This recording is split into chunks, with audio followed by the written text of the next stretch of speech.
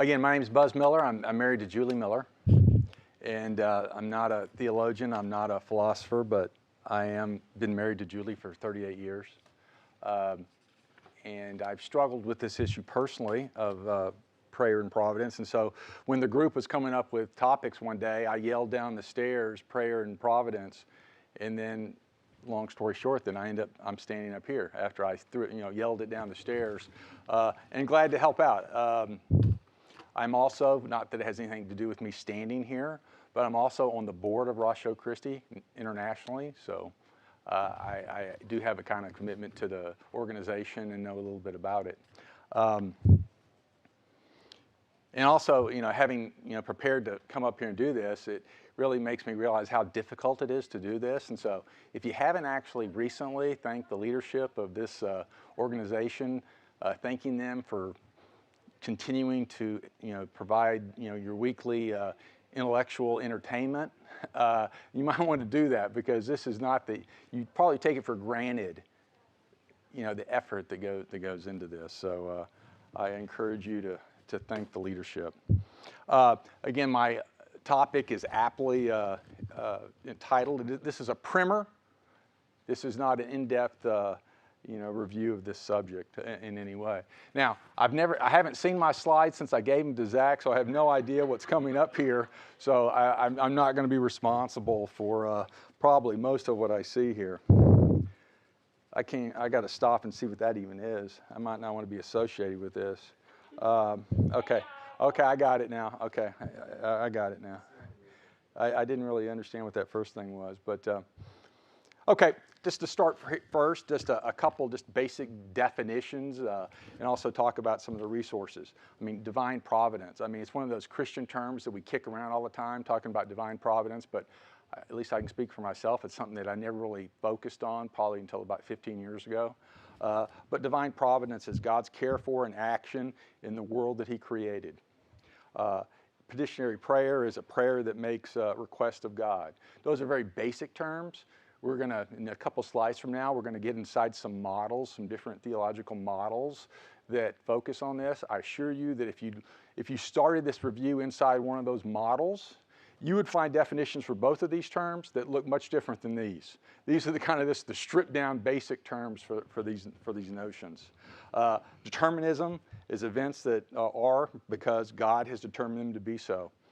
Indeterminism is obviously the opposite of that. Events are determined neither by God nor by preceding factors, such that all things being equal, the events could be different than if intelligent agents chose differently. Those are just some basic terms that you kind of need to have to get into the first couple of these slides. The resources I use for this, the primary one is a book called Providence and Prayer by Terrence Tyson, which is this book here. I'll talk a little bit more about that later. I also used 4 views on divine providence and divine foreknowledge. Those are your typical kind of theology books where they have 4 views or 6 views, and you have 6 different or 4 different authors who speak on those subjects. And then lastly, I used Dr. Craig's book on time of eternity, which is not the academic version, but the kind of the pedestrian version of his examination of time and God's relationship with time. So those are the basic resources I use, and I'll talk a little bit more about the primary one here in a bit. Again, just to say it again, this is a high-level primer on this subject. I'm sure that compared to Michael's presentation, last week, this is you need to really lower your expectations here. This is a low resolution, probably presentation compared to some of the ones that you've seen, but hopefully you'll get something good out of it. As far as the resources I use, I mean, I could spend all the time I have talking about kind of like the theological underpinnings of all these different views that we're going to talk about, and just don't have time for that, and probably I'm not even gifted for that, to be honest. So I'm not going to give you any of that, but I can assure you that all the the biblical underpinnings for all these are actually in these resources. And if you want to go read these resources, please do so. The Tyson book is the one that I like the most, and the one that I'm kind of patterning this talk over. And there's a good reason why. I'm going to give you a couple reasons why I like this and why I'm using this. This is an academic book, first of all. It's about 375 pages, 1,500 footnotes. So it's an academic book. This is not, as I say here, not your Joel Osteen 10 tips for prayer. That's not what this book is at all. This is a very even analysis of 11 different models about prayer and providence. His motivation, Tyson is actually, he's retired now, but he's from the Reformed tradition. He's a seminary professor of systematic theology, and he was for over 30 years. And he wrote this book. His primary motivation is that he saw in his seminary students over the years consistently a disconnect between his students' stated understanding of their theology, which for the most part is Calvinism in that particular seminary, and then their prayer life. While they were Calvinists when they were talking theology and preparing sermons, but when they prayed, they were mostly libertarian free willers. And he was always perplexed about how that could happen. And I was immediately attached to that because personally I went through that, kind of the opposite direction. I can't associate myself, I'm not really identifying myself as a Calvinist, but I was kind of on the other side of the spectrum. But what I found personally is I prayed like a Calvinist or even maybe a fatalist, is what I found in one time in my life. So I was attracted to this book for that reason. Another thing I like about the book, whereas like in, this book on divine providence where you have the four authors fighting each other about their own particular views, you have four different voices. In this book, you have one voice through the entire book. So 11 different models, one single voice, which from a reader's perspective is a lot easier to get your mind around because you don't have to worry about different people having different voices, saying things differently, using terms differently. So that's another reason why I really like the book. I also like the book. And this is kind of irrespective of the issue we're talking about tonight about, prayer and providence.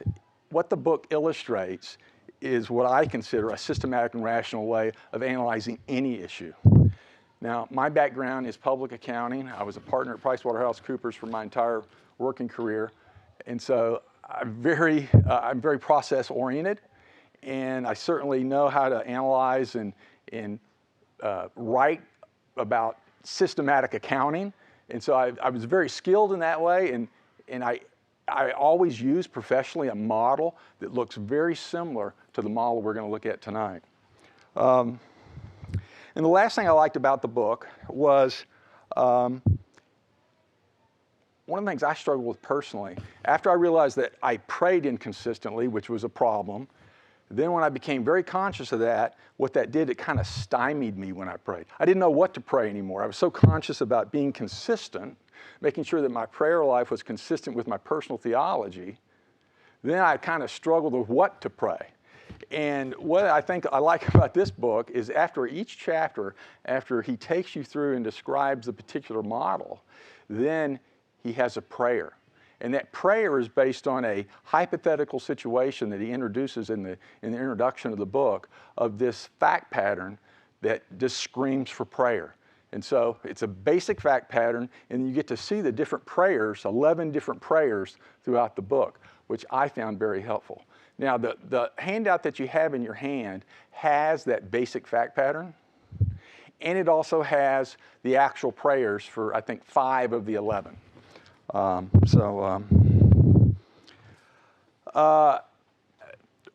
As far as like time constraints, what I'm going to do with this, I'm going to actually use a movie device. I'm going to start at the end of the movie and go backwards. So just so you know, that's what I'm not going to take you all through all 11 models and try to make sense of that. I'm just going to start at the end, and we're going to go backwards. And also what I'm going to do during this is I'm going to have a couple of suggestions to the group about maybe what future issues you might want to cover in these kind of sessions because, again, I'm just kind of skimming across the surface. And there are numerous, I think, issues that deserve to be talked about in a more wholesome manner than the way I'm going to do it tonight. Unity of believers. Again, I just throw this up because this is an issue that we talk about a lot at the Ratio Christi board level. This is an issue that we have as an organization. But I just want to point out that there are numerous issues in Orthodox Christianity about how you pray and God's providence. This is not what I would call a core belief. This is not a core belief of Christianity. This is something that reasonable people can have different views about. And given that this is an in-house issue, if you want to call it that, you need to have some spiritual and intellectual maturity about this. What we don't want to do is to talk about issues like this and then use the same kind of discourse that you see in U.S. politics, where you have partisan people just beating each other and not being nice and civil. We never want to have that kind of discussion. It might be my watch. Here, babe, give me that phone. I probably need to turn that one off. I thought I turned it off, but I'm not really good at technology, I guess. Of course, neither are these guys, but okay. Sorry about that. So again, I just want to urge that. I mean, because this is probably not the last time you are going to be talking about some in-house issues, and this is something that you really need to focus on because it is a problem within Christianity. It's an increasingly difficult problem in Christianity that we're almost becoming our own enemies and going internal. And I would tell you to go look at John 17:20, and I think that's some great scripture on this point. But of course, there's probably a lot of other places you could find similar stuff. So here we are. Here's the chart. Here's the end of the book. Again, he goes through 11 chapters, gives you 11 prayers. And then again, kind of from the what I would call systematic and rational analysis, he puts this chart together. And let's just kind of park on this chart. And again, you have a copy of it. It's in the handout, so you don't have to strain your eyes to see this. But let's just kind of go through this. You have the 11 models going across the x-axis here. Some of these models you probably never even heard of. I know that I hadn't heard of them the first time I picked the book up. As far as the order that they're in the order of kind of based on kind of human agency. More human agency to the left, less human agency to the right. Another way to say that is, a determinist to the right, indeterminist to the left, as far as the views. Down on the y-axis are a bunch of questions. In my world, what we called these questions, when we did these kind of analysis, we called these qualifying questions. So he has these qualifying questions that go down the left. And we're going to talk, most of what we're going to talk about is not these individual, probably systematic theologies here, these different views. We're probably going to talk more about these qualifying questions than anything else. Again, one of the things I liked about the book was there was one single voice that wove through the book that made it easy to read. Again, that particular attribute is probably also a weakness in that this is just one person's voice. So, for example, I mean, if we, while I'm sure that, again, like I said, there's 1,500, footnotes in this book. I know he had it reviewed by other people, but obviously if we had Dr. Craig or we had Paul Helms here representing the Calvinist view, some of these answers might be different. Certainly, I believe some of the qualifying questions would be different or worded differently. I feel positive about. So again, you just got to take take the good parts and the bad parts, but this is one person's voice. And again, also this chart, as I say here in the blue, this is not Buzz Miller's interpretation of what Dr. Tyson said. This is actually just what's in the book. I took it verbatim. This is not my interpretation of what he said. This is an actual, chart that's actually in the book. I want to keep stressing that. I don't want you to think that this is my interpretation of what he said. This is what he said. This was his analysis at the end. the different views, looking at them, I explain the kind of the spectrum here, the continuum of human agency. Again, the purpose of this chart and this book is not to determine what is Orthodox Christianity and what's not. That's not the purpose of this analysis. But if you look at the two bookend, views that are on this, I think what the purpose of those is those do represent probably that's out of bounds. Once you get either side, you're out of bounds of Orthodox Christianity. That's the purpose that he has, the semi-deist and the fatalist view in here. And I'm going to carry that through, my analysis of this, because I think it's very helpful. Because, in the world I used to live in, when you created a model like this, or you're analyzing different models, one of the things you always wanted to do, and was very helpful, is you always want to take your fact patterns and stress them against the extremes. That's something we always did in my world. And that's what he does, really. That's why he puts those two views in here, is so you can kind of test these qualifying questions against the extremes, so you'll know how far you can go. So that's why they're there, and I'll keep them in there in the slides that follow this.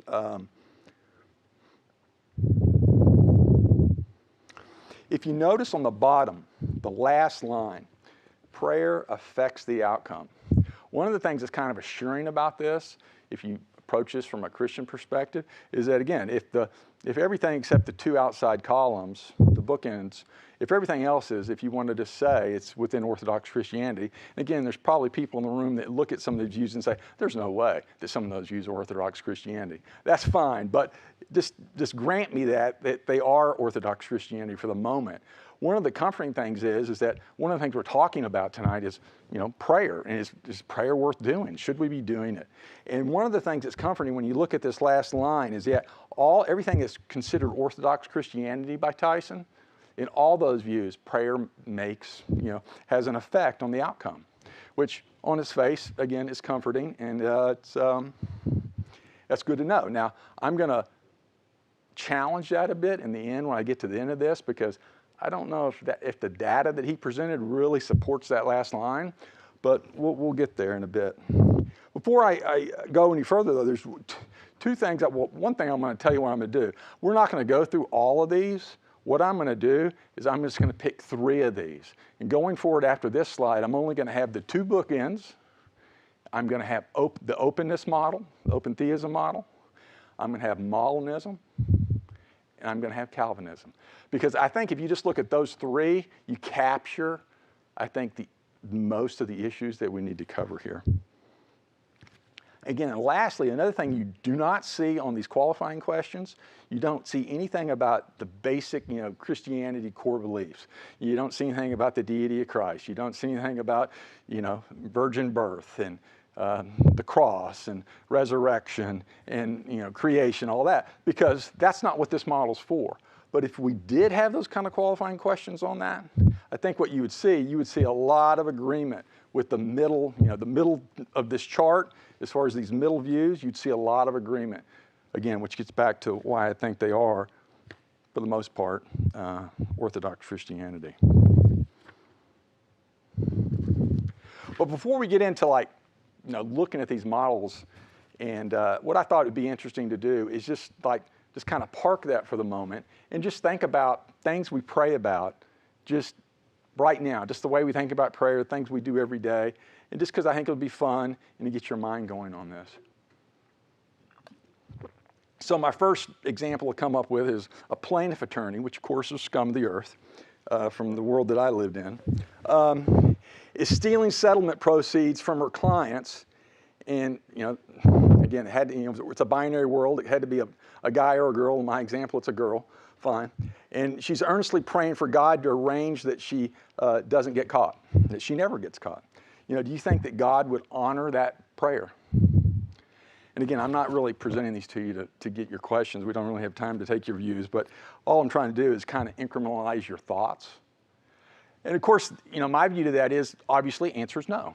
I mean, because clearly, that's contrary to the 8th commandment. And while some things aren't clear, God's moral will is fairly clear. And that would be contrary to the moral will of God, and so obviously, God's not gonna honor that. But having said that, it just brings up one of the problems we have in prayer. We know, even though it's be contrary to God's moral will, we know even the staunchest of the Calvinists would agree that while God decrees what's going to happen, and He states what His will should be, we know that God's moral will doesn't actually work out almost every day of the week, every minute of the week, every minute of the day.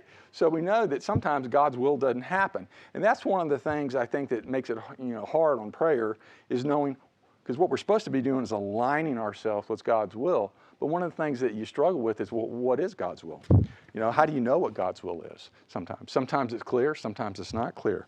And again, to my earlier comment that I think I'm going to make a couple suggestions of things we might want to talk about in the future. I think that's one of them, is like, how do we know what God's will is? And how should you think through that? And one of the examples I would throw out is this. Here's a perfect example that might relate to y'all and your age in the audience. When I was, I transferred I went to Texas A&M, I have an undergraduate degree from A&M, transferred from Rice to Texas A&M, and met Julie. We didn't date when we went to school here. We dated thereafter and got married. Been married for 38 years. You can listen to that story and say that's God's providence. But one of the things like that Julie and I have talked about over the years is that while it's very clear that God wants Christian people to be equally yoked. So if you're a Christian, you need to be married to a Christian. Well, we talked about this before we got married. Well, does that mean that God's will is that we marry each other? And like if we didn't marry each other and we married other Christians, would that be out of God's will? And that's just an example of like how narrow or how wide is God's will on some of these issues that we talk about every day and we live our lives by. Thought prayer experiment number 2. This is a little bit contrived, but I like it because it has to do with the weather, and I like the weather. 2 A&M students, both graduating May 12th, 2023, are engaged to be married. The bride is an excessively organized and assertive accounting major. The groom is in the Corps and will be accepting a commission into the U.S. Marines. Because the groom's military training commences shortly after graduation day, the couple will be married in College Station on the evening of graduation day at an outside venue. April and May have been very hot and dry in the Brazos Valley. The week prior to the wedding, the bride is fervently praying over the details of her wedding and is trusting God that on her wedding day, the weather will be clear skies, an average daily temperature of 70 degrees, and humidity under 50%. Meanwhile, a farmer in Snook, which for those who are challenged geographically, that's, just right west of campus, is praying for a slow, steady week of rain to save his recently planted crops. So the question is, assuming God has foreknowledge, and some of the views we're going to talk about tonight assume that God does not have foreknowledge, but assuming that He does have foreknowledge, how might divine foreknowledge be helpful in making sure that both of these people, the bride and the farmer, are well cared for, which again is the purpose of providence. And while, it's kind of a provocative question, and the human in us might want to immediately start trying to figure out how does God's providence work? How do those details work? How can you work this out? And the reason why I pose this question like this is because I really think that's kind of a fool's errand. We're never really going to know how God's providence actually works. But I think what we should realize is that God probably, in my view, God does have foreknowledge. And even if He doesn't have foreknowledge, He has perfect knowledge of now and of the past. So He knows while we pray every day for what we think we want, God, based on His perfect knowledge, and I think also using foreknowledge, knows kind of what we really need. And so that's one of the things I think we should think about when we're praying to God as it relates to His providence. And like in this example, a perfect example that to me would be, is like, well, you can sit here in your mind and think about maybe how the farmer and the bride might be made happy and they can both get the weather they want. Given that God does have foreknowledge in my view, maybe what God's thinking about here is maybe God knows that this bride-to-be, who's now angsting over the weather, thinking that's going to be the biggest thing in her life, he knows that in the not-so-distant future, that this bride is going to be the wife of a Marine who's going to be deployed. And so maybe, since God knows that, and she doesn't know that, maybe God's going to use these facts and these circumstances to begin to deal with her, mold her character, get her perspectives in order, because she's going to be someone who's going to have a different life than the life she has right now. So that's an example. Get your mind going. Lastly, this actually one, and I'll just go through this really short. This actually happened to me. Actually, was at a basketball game, 2 Christian high school teams playing. It was, a very close game, one-point game. 18 seconds left. Guy was at the free throw line shooting 3 free throws. It was 3 for 2, but they were in the penalty. So the guy had 3 opportunities to make 2 free throws, which would, if he made both of them, his team would most likely win. And I actually witnessed parents, who were actually parents of basketball players from the opposing teams on either side of me, audibly praying during a timeout. They audibly prayed, so everyone could hear them. I guess this is what happens at Christian high school games.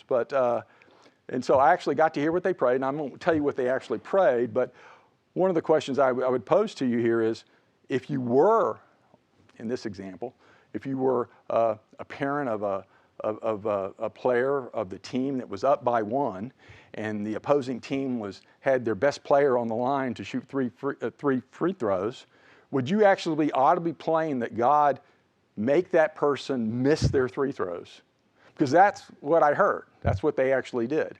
And of course, I don't really think that's appropriate. I mean, I know personally, since I kind of believe in libertarian free will, I don't think it's appropriate. I would hope that, since I believe I have libertarian free will, I'm hoping that God's not going to infringe on my libertarian free will if other people pray so. So I think that's a good example about how we need to keep making sure that our prayers are consistent with our theology.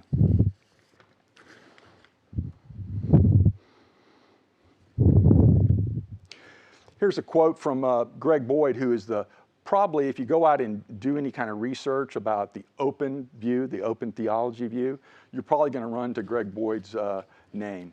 And I like this because it really, I think, sums it up really well about why we should be focused on providence. It says, how we understand the nature of providence affects how we understand God and the role we play in his plan. It also directly affects how we interpret suffering and evil in the world, and thus how we pray and minister hurting people.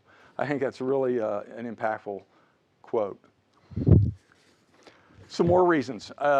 Sheer magnitude of prayer in the Bible. And at one time I had a couple slides, 2 or 3 slides on this, but I thought it was kind of silly for this group. But I mean, suffice to say, the evidence is overwhelming. I mean, there's 650 prayers in the Bible, the earliest of which is in Genesis.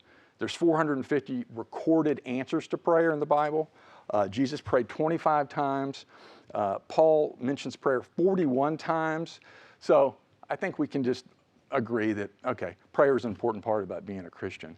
And to say that it's not important would be silly. I think also for selfish reasons, I think you want to think about providence because, again, it's also about, providence is about God taking care of his world and his creation, and you are his creation. So I think that's also a good reason for focusing on providence.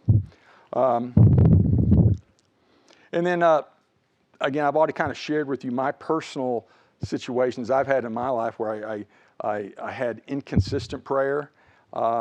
And I would just think, to you young people, before you go too much further in your life, some of you might have already had some situations that were really bad situations where you found yourself, deep into prayer expecting God to do something to address some issue.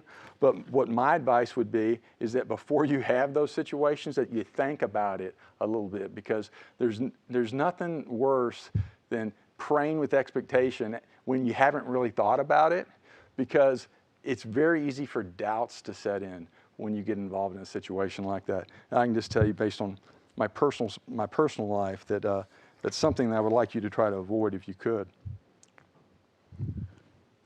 So so we're going to go forward and we're going to talk about prayer and providence. And one of the things that I'm sensitive to when I got into this is, this is an issue where it's theology and also philosophy. And here's a great quote that talks about that. But the point I'd like to leave with you is that, there's a point where, philosophy and theology kind of overlap. And I think it's natural for it to overlap. And again, I'm not saying anything bad against philosophy. I like philosophy. I'm married to someone who's into philosophy. I don't have a problem with it at all. But I think we need to all know when you do leave theology and go to philosophy. I think we need to know when we're doing that.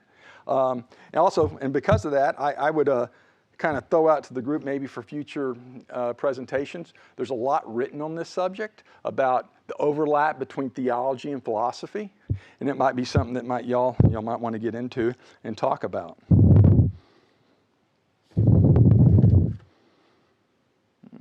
Start making up some time here. So again, the first chart I showed you was the 11 views.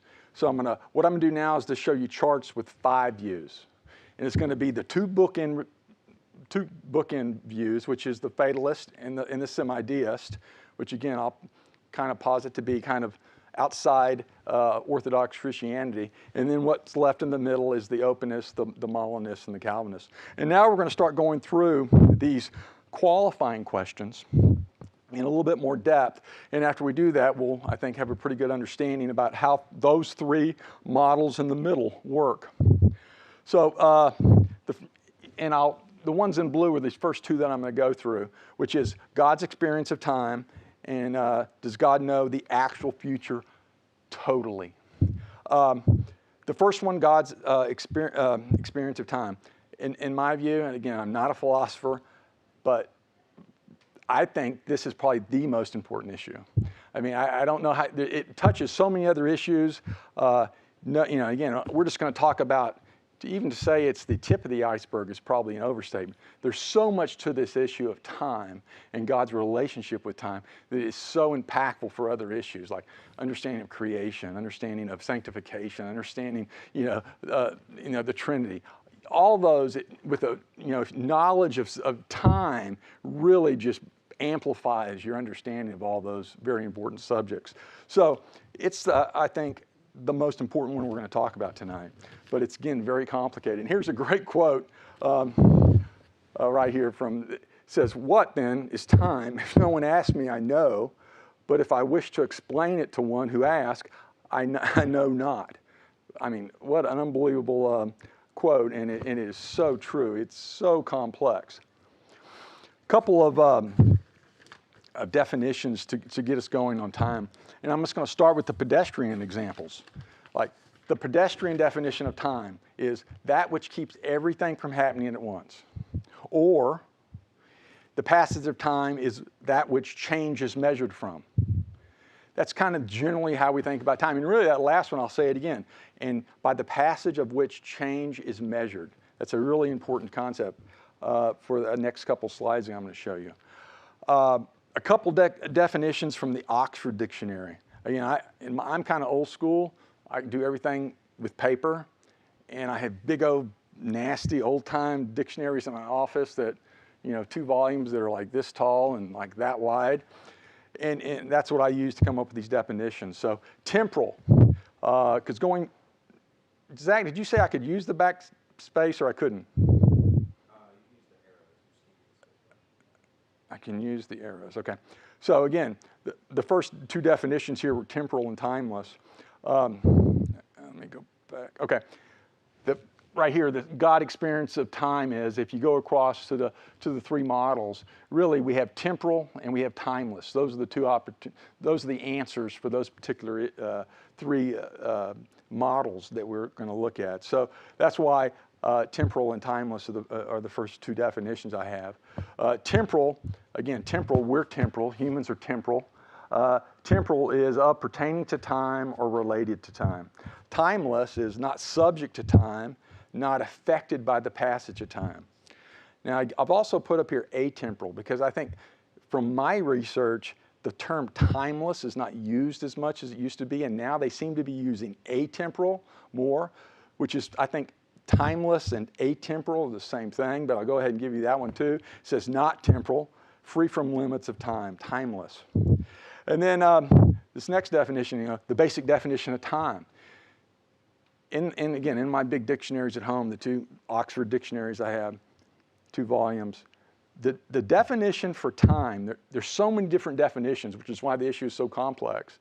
But the definition of time is 2 entire pages in the dictionary. And that's just an indication of how complex and multifaceted the issue is. It takes 2 pages to define it. But time is a finite extent or continued existence, the interval between 2 events. That's just kind of the basic concept of time. And then definition of eternal and eternity, which I think this group probably has a pretty good grip on. So we have temporal and atemporal. 2 views have different views. You have the Molinist and the Openist view. The Molinist and the Calvinist believe that God is timeless, atemporal. And then you have the open view, which says God is temporal.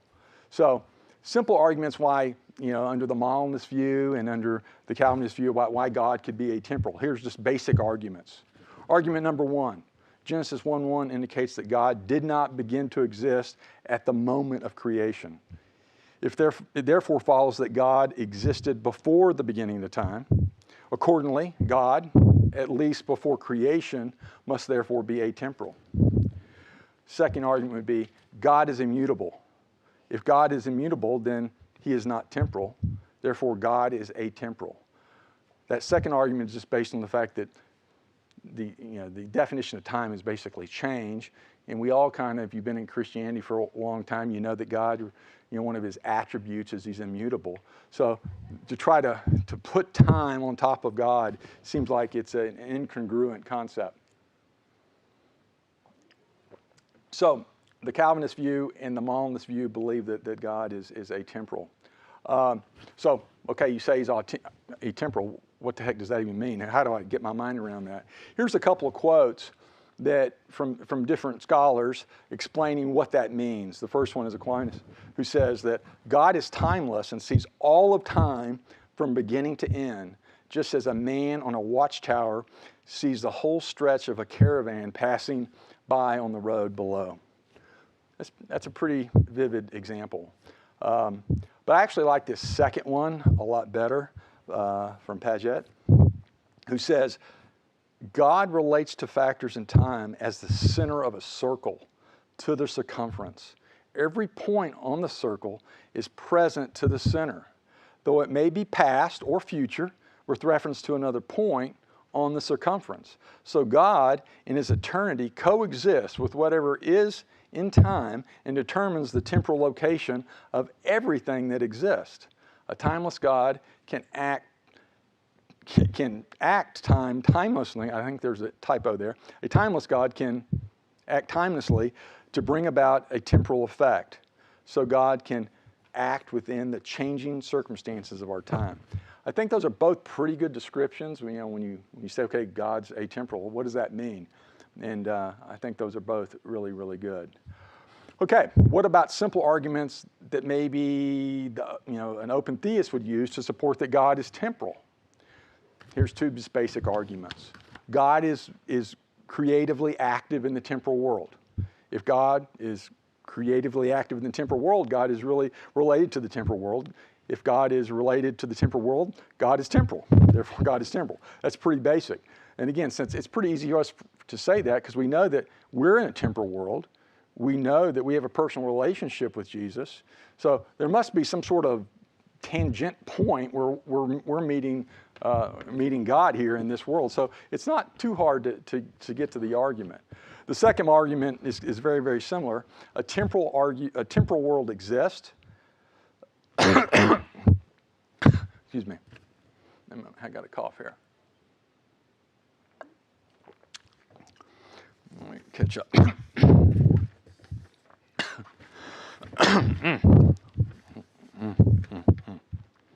Okay. Okay.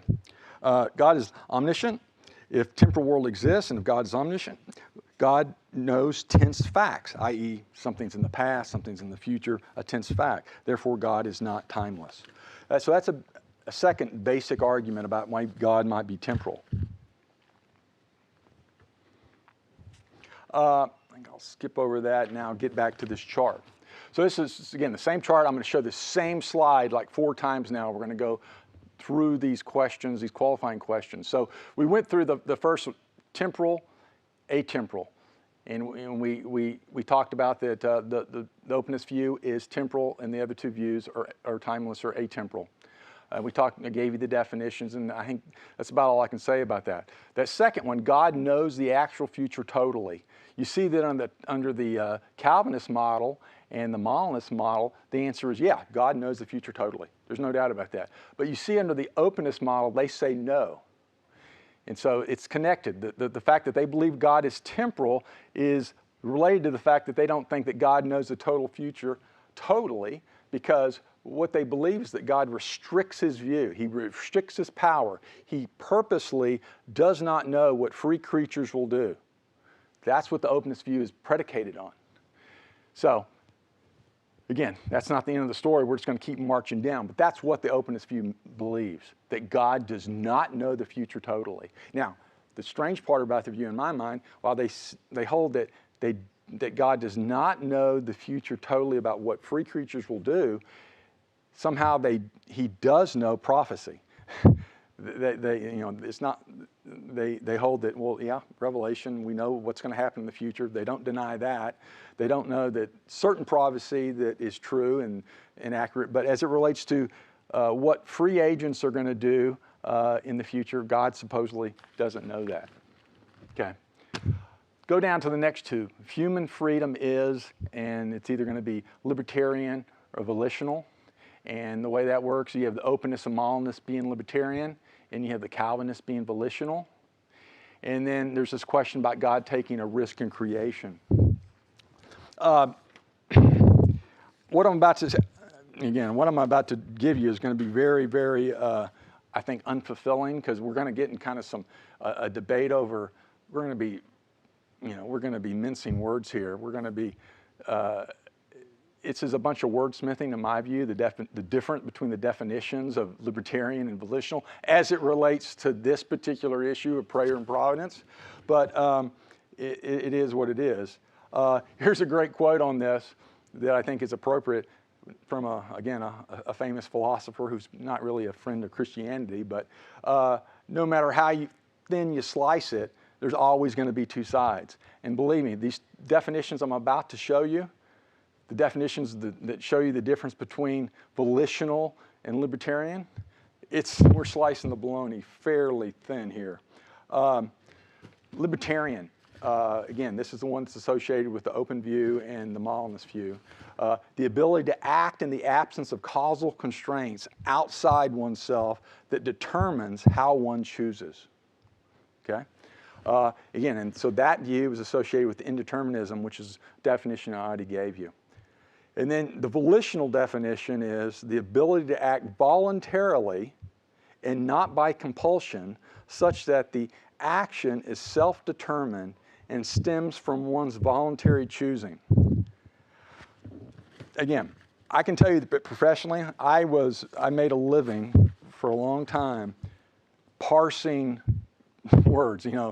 I've personally written 10-page white papers on the significance of a word being spelled with the British version as opposed to the English version, so the American version. So I'm very accustomed to this kind of slicing the bologna, but that's what we have here.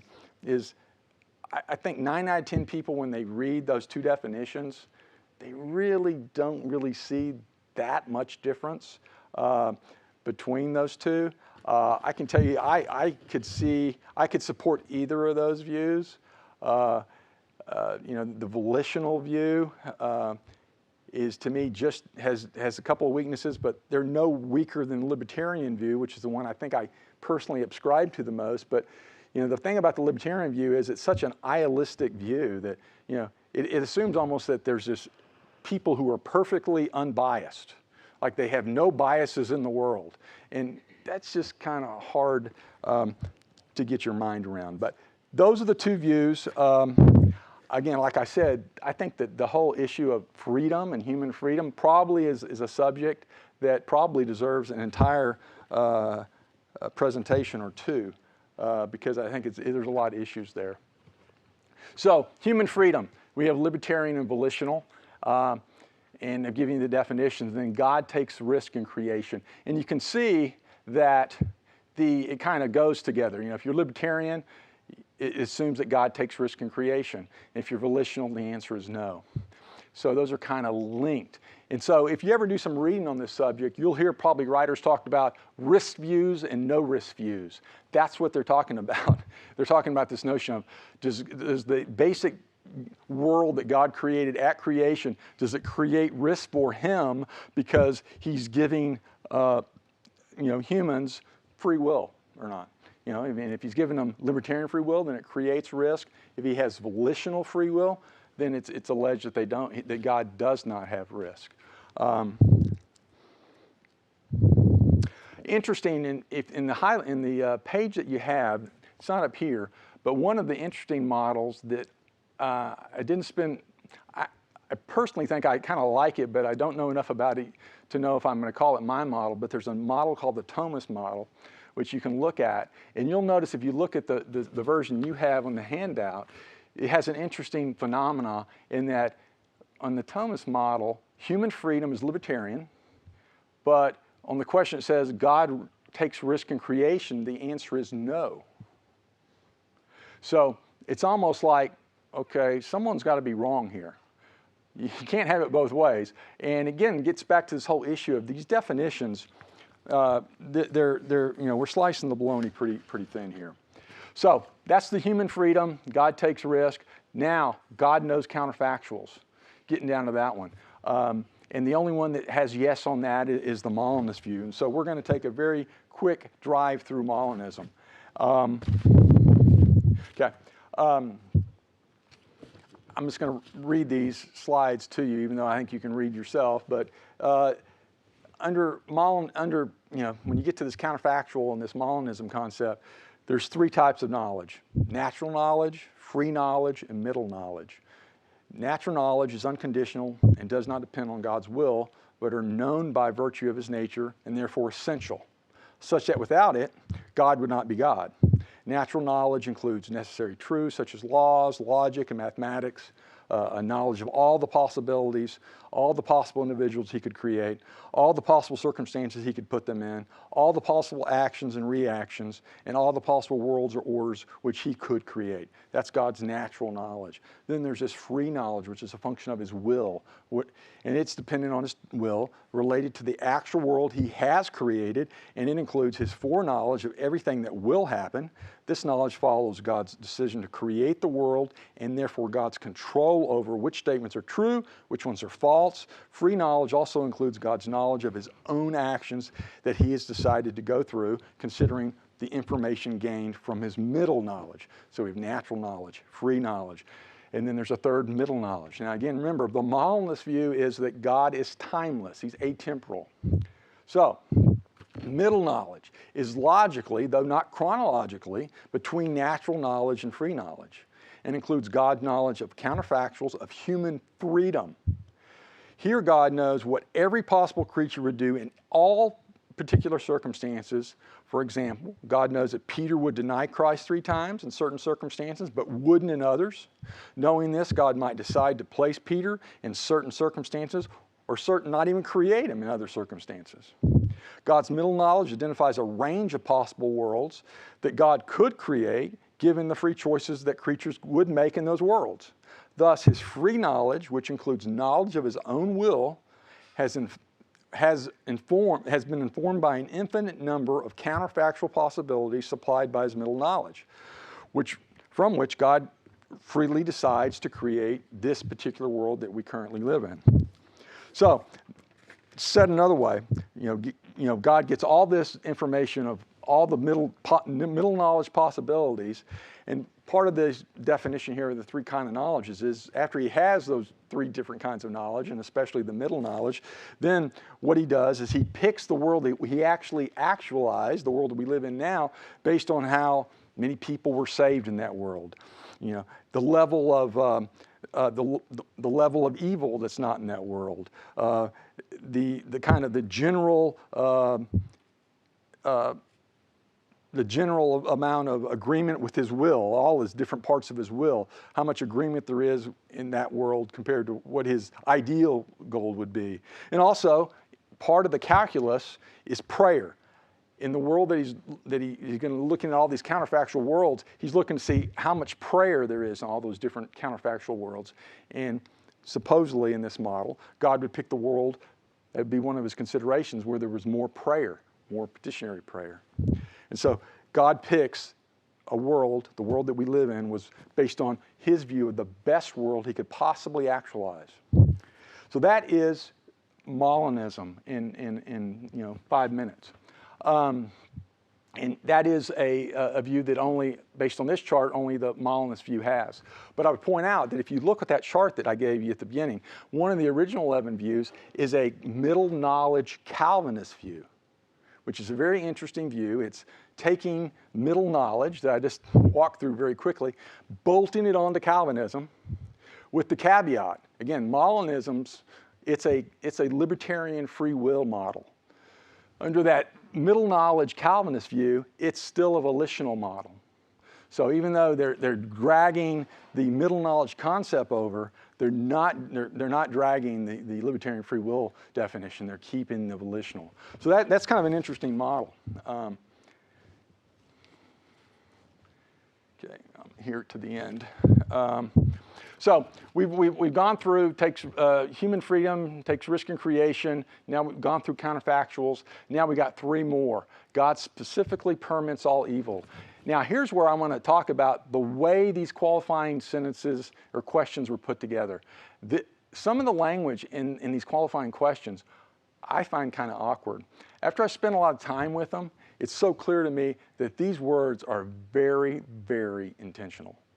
And here's the perfect example. God specifically permits all evil. It's like, what? What's the word specifically have to do with anything here? And where's permits come from? Again, you go all the way to the far right is a place you don't want to be, fatalist.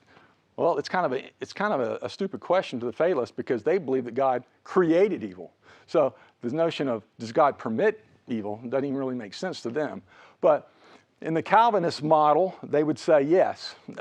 God specifically permits, not creates, permits all evils. And then under the Molinist view, it's a qualified yes. Well, based on the world that God chose, yeah, well, whatever the amount of evil that was in the world that he decided to actualize after he went through his middle knowledge, okay, yeah, he permitted that evil. And then you get over to the openness model, and the answer is no. Again, under the openness model, God does not have any foreknowledge of future creatures. Human agency it's like uber agency to the max.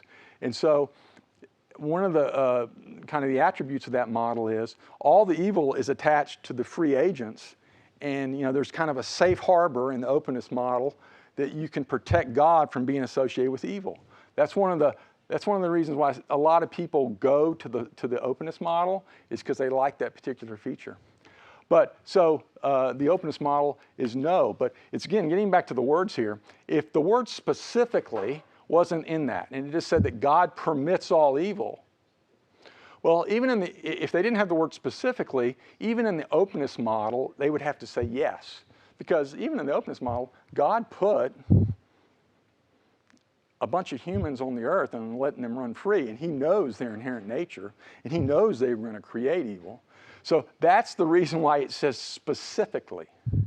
Because if it didn't have that, then yeah, if God put a bunch of humans here, he knew what was going to happen. So that's an example how specific some of these qualifying statements are made, or written with. So God changes God's mind. This question I'm not going to go through that question. I personally believe this is while I think Tyson has been very fair in his description of all these models, this qualifying question I think is off base. And I think it's written purposely pejorative so that the openness model would have yes when no one else did, but I'll skip it.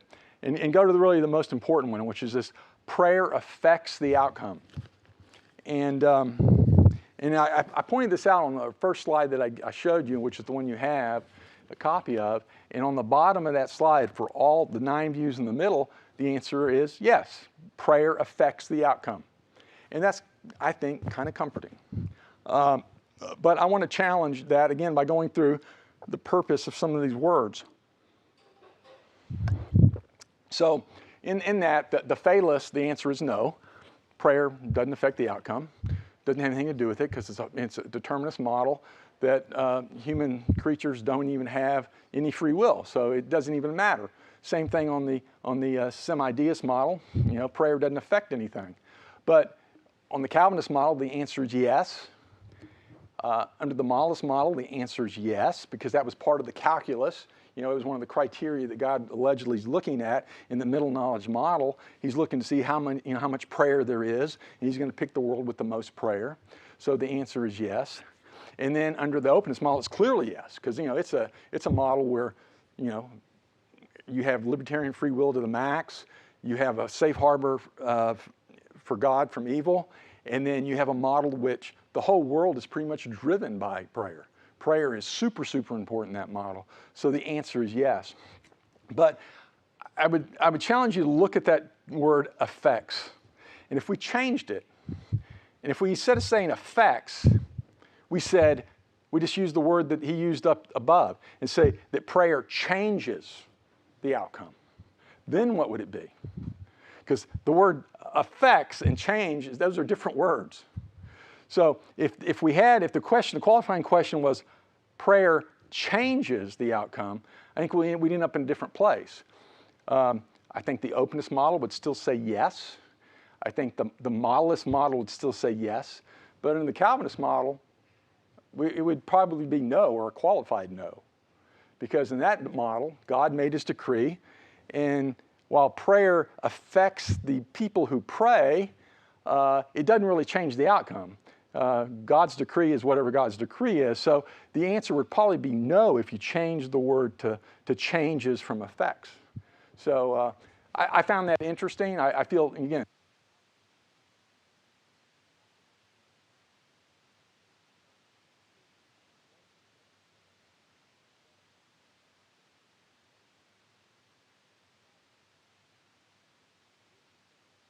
to for that particular.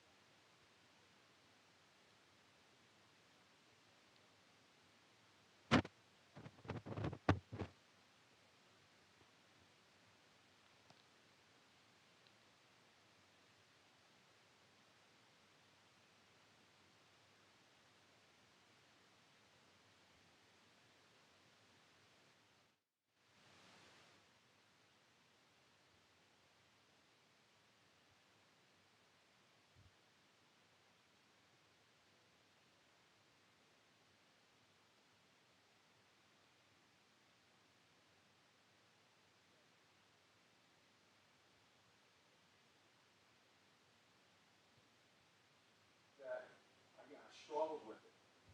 And I thought about it and I've read.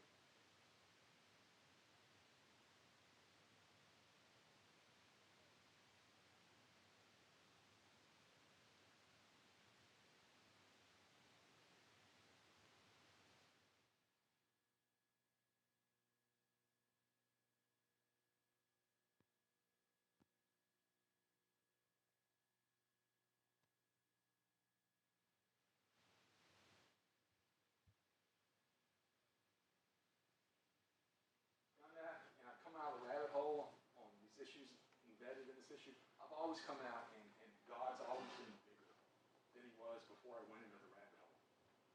So I take comfort from that, and I think that maybe you should spend some time on these issues also, and I'm hopeful that if you do, when you come out of the rabbit hole, that God will be bigger to you also. And that's all I had prepared. So that's pretty good.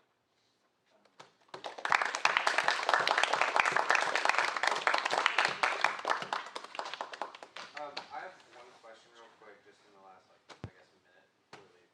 So, could you kind of I was looking through these examples on the paper about the guy that gets captured by the terrorists.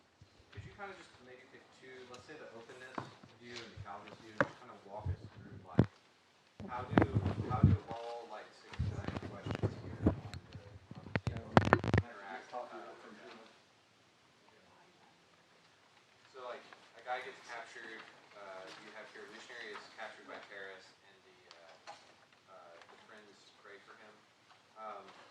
So how is the openness guy praying differently from the Calvinist? How are all of these things doing that? Well, of course, you picked the hardest ones, Zach. I appreciate that. Again, the openness model was of the models of the prayers was the most incoherent, definitely the longest prayer. But I guess what I would say, what I did is let me ask it this I way. redacted it. Yeah. Let me go to the actual prayer. Well, let me ask it this way. It's like the main difference that if the guy gets captured and people are praying, they're saying, Lord, let him free, and you don't know if he's going to be free or not, so do something about it. Whereas the Calvinist would say, he already knows if he's going to be free or not. Yes. For sure. That's and so is that the Yes. time thing you're talking about? Yeah.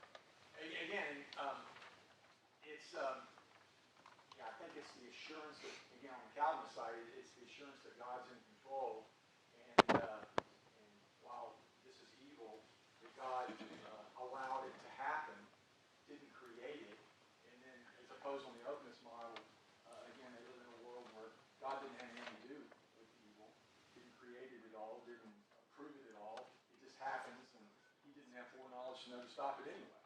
So it'll be a surprise. It's as much a surprise to God as it is to me. Yeah. And that's the primary. Yeah. Okay. I do want to respect time. It is 9:35, so nobody is required to stay there. But we'll stick around. Sam, you want to take one? I'll take one question and all. Well, I was just kind of building off of Zach's question. Which of these prayers would be the most effective at saving the dude? About what? Saving the I'm sorry. I did have a serious question. If you're willing to go back to some of your first thought experiment. Okay. I think it was asks to be not ever caught. Yeah, not ever caught. The for plaintiff attorney. yes, for taking settlement funds. Yeah. And I was just wondering. My first thought was to the prodigal son, who asked his father for his inheritance early so that he could do all manners of debauchery or whatnot. So it does seem like it's possible that God does grant requests, or maybe prayers wouldn't be the right word. I don't know if I equate the prodigal son taking his money, his inheritance he was going to eventually get anyway, and getting it early to go off and squander it on bad living. It seemed to me, at least maybe I didn't put enough context to it, a plaintiff's attorney stealing money from her clients. Not her money never was going to be her money. Okay. I think I was stretching it to begin with, but I wanted to put that out there in case it was interesting. Okay, we'll stay around for a few minutes, and then we'll go to